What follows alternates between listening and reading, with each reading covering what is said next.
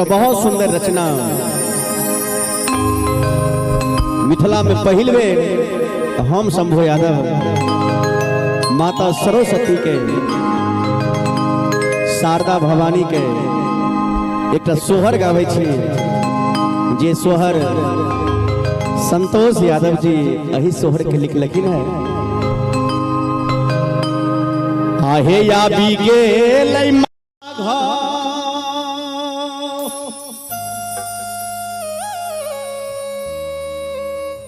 माघ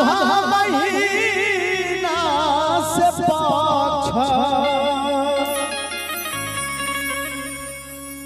पक्षाई जोड़िया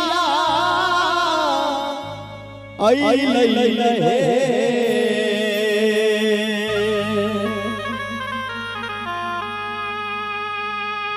ललनार पांचा मी के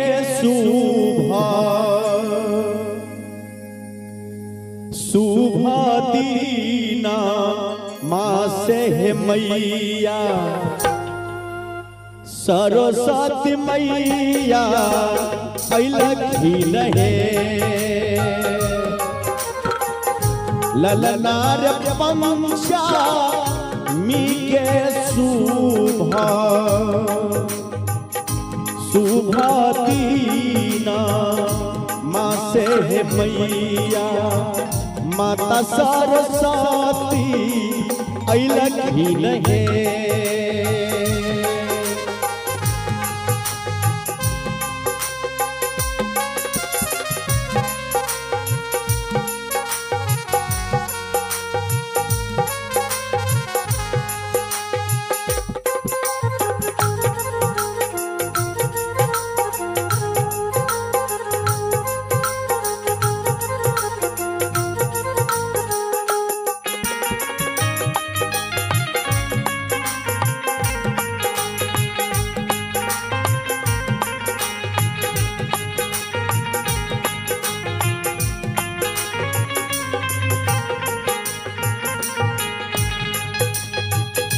हिनका पूजैला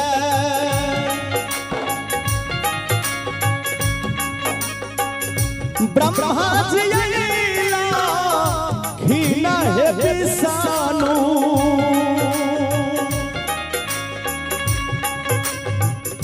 विष्णु जी अइबे कलखीन विषाणु विष्णु जी अइबे कलखिन हे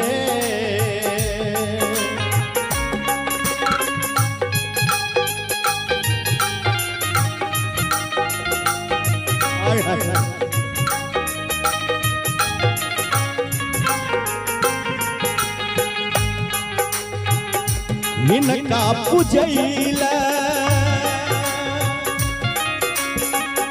ब्रह्मा जी खीना है विषाणु विष्णु जी अइबे कलखिन हे ललनार भोला बाबा डाम रूहे बजा बैसे नारद बिना बजैबे करई हे ललनार भोला बाबा डाम रूहे बजा बैसे नारद बिना बजैबे करई हे।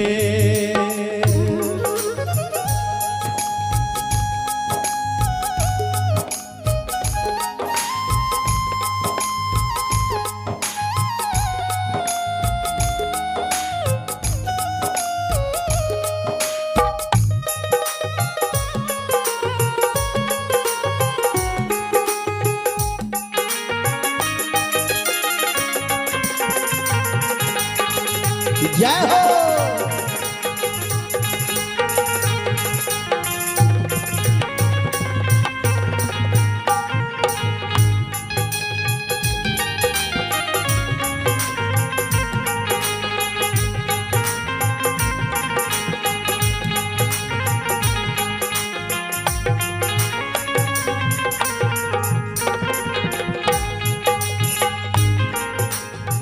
अब देखियो हमर संतोष भाई जी आगे की लिखे छथिन। इंद्र वरुण और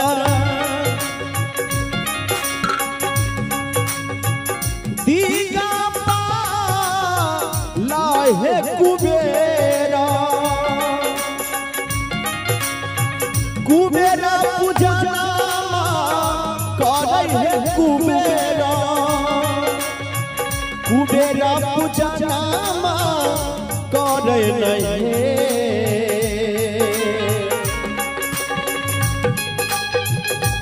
ए माई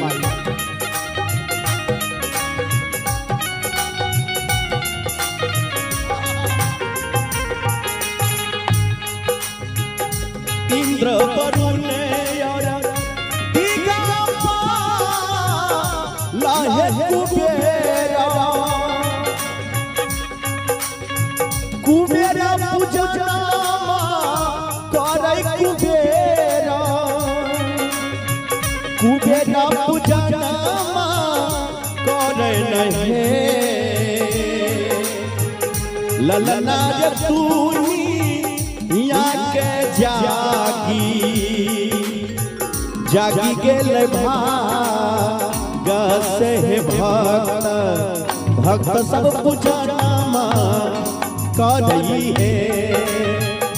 ललना तूनी के जागी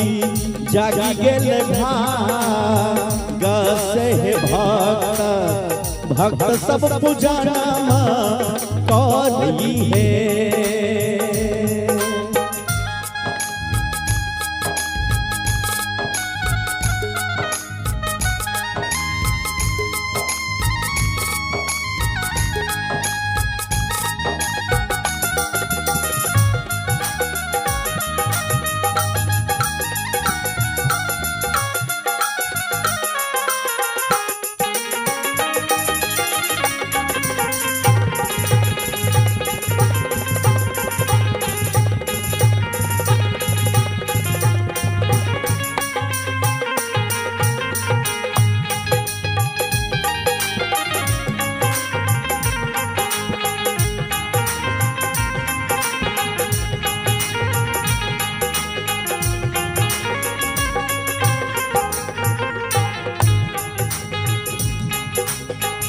ब्राह्मण मंगैया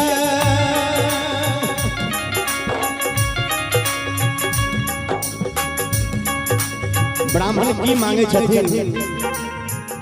ब्राह्मण मंगैया मैया से दाहे बालक बालक विद्या मांगे हो बाबू सा बालक विद्या मांगे नहीं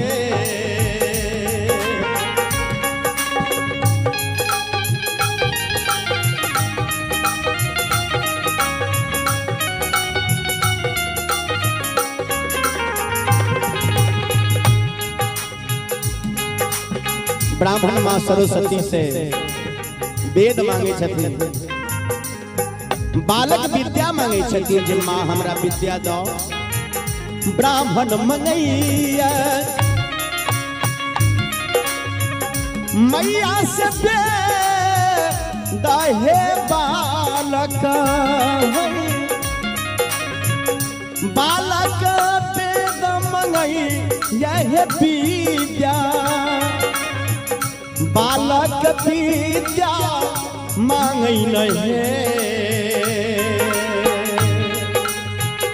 ललना रे राशि करे मांगई स्वरता लसे है साधु साधु भगति मांगई है ललना रे राशि करे मांगई स्वरता लसे है साधु साधु भगति मांगई है।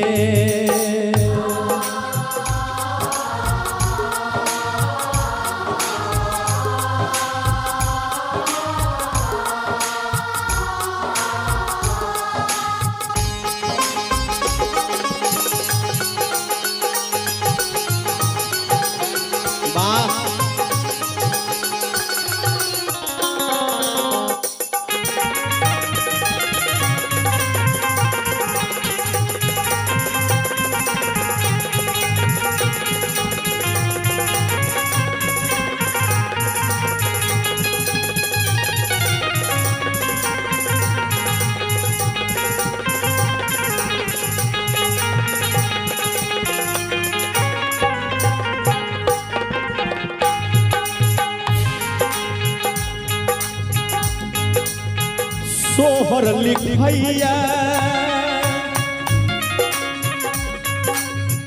संतोषिया दबहे भवानी शंभु के सुनावल गावी के सुनैगे कर नहीं